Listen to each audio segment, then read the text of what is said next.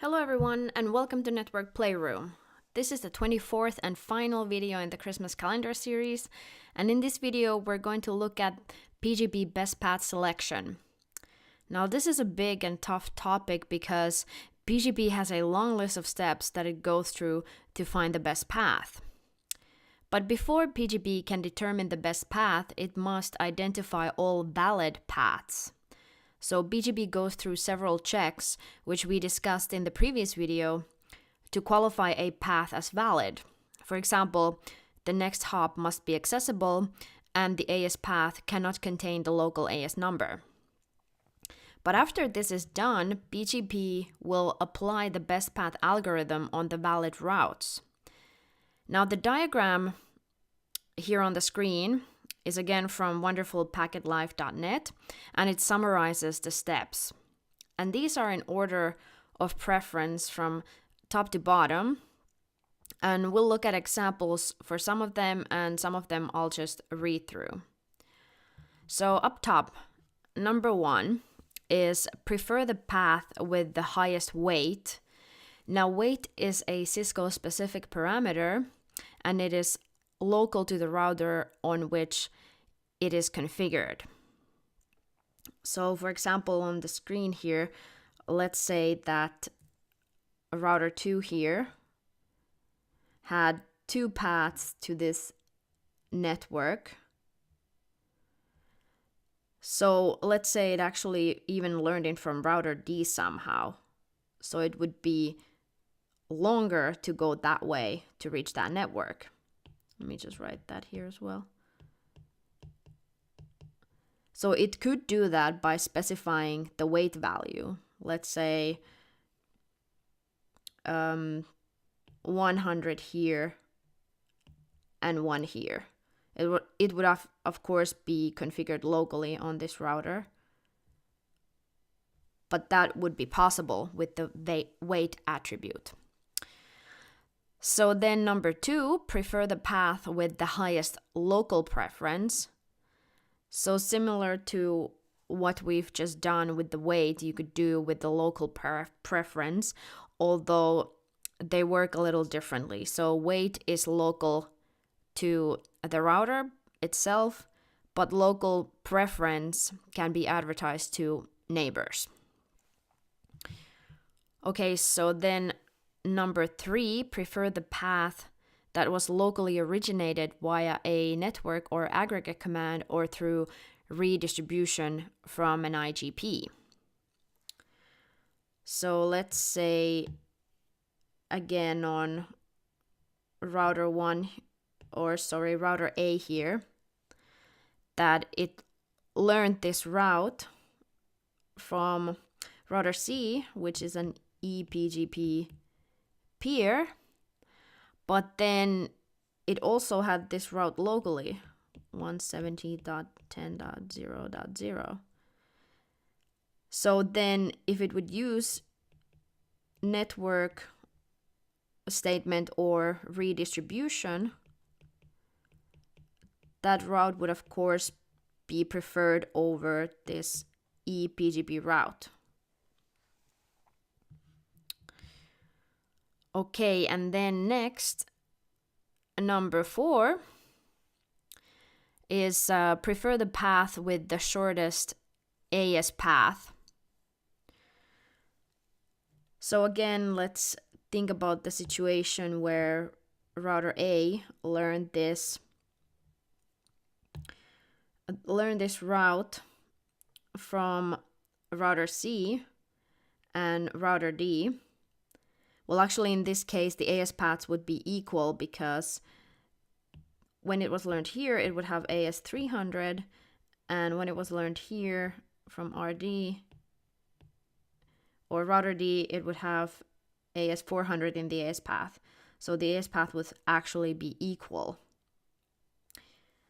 But let's say that router D had learned it from some other AS before that. So let's say it was 400 and 200. So then of course router A would prefer this path because it has shorter AS path. Okay, and then number 5, prefer the path with the lowest origin type. Now, origin is something I talked about in the well-known mandatory attributes video, and I stated that the preference is IGP or EGP over incomplete. And if you remember, I marked it like this. And if you consider it that lower is better or lowest is best, then you can mark it this way. But I prefer to think of it myself like greater than. So IGP is greater than EGP and EGP is greater than incomplete. So both are technically correct, but I kind of prefer to think of it this way myself. And again, let's recap just briefly. So IGP, which is I, this is the network statement. A network statement. And then EGP, which is E, marked with an E, is, let's just write obsolete, because you should not see this anymore. This is the predecessor to BGP. And then finally, incomplete is marked with a question mark, and that meant redistribution.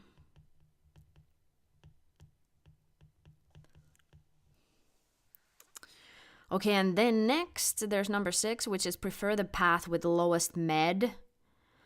I don't want to get into more detail about that, so let's just jump right over to number 7, which is prefer ePGP over iPGP. So again, if we look at router A here, and it learned this route from router C, which is an ePGP path, and let's say it also learned it from router P, and this would be then iPGP. So it would prefer the path from router C. And actually, if you remember, the administrative distance for ePGP is 20, and for iPGP, it's 200 on Cisco routers by default. So even that enforces the fact that ePGP is preferred over iPGP. Okay, but moving on, number 8, prefer the path with the lowest IGP metric to the PGP next hop. And then number 9, determine if multiple paths require installation in the routing table for PGP multipath. So there are several different things that can need to match before PGP will even consider installing multiple routes into the routing table. That is a topic for another video, but here you can see that you have to go pretty far in the list to get to PGP multipath. Okay, but then number 10, when both paths are external, prefer the path that was received first, or the path that is the oldest one. And then number 11, prefer the route that comes from the PGP router with the lowest router ID. And then number 12, if the originator or router ID is the same for multiple paths, prefer the path with the minimum cluster list length. And this step is relevant to PGP route reflection environments only, which we'll also not discuss further in this video. And then finally, number 13, prefer the path that comes from the lowest neighbor address. So that is the list in its entirety. Now, let's look at this in a fantastic Cisco document called PGP Best Path Selection Algorithm, where I've taken this information from. So there's an awesome exercise that you should do to really learn and understand the PGP best path selection process. It's towards the end of the document here, after all the best path algorithm steps are listed here. So we go into this section. So in this example, there are 9 paths available for the network 10.30.116.0/23. And the idea is to look at the entries in the PGP routing table and find out the best path. Now I'll leave it up to you to finish the exercise, but I highly recommend that you go through it. Well, here you already see the answer, but try to do it without peeking.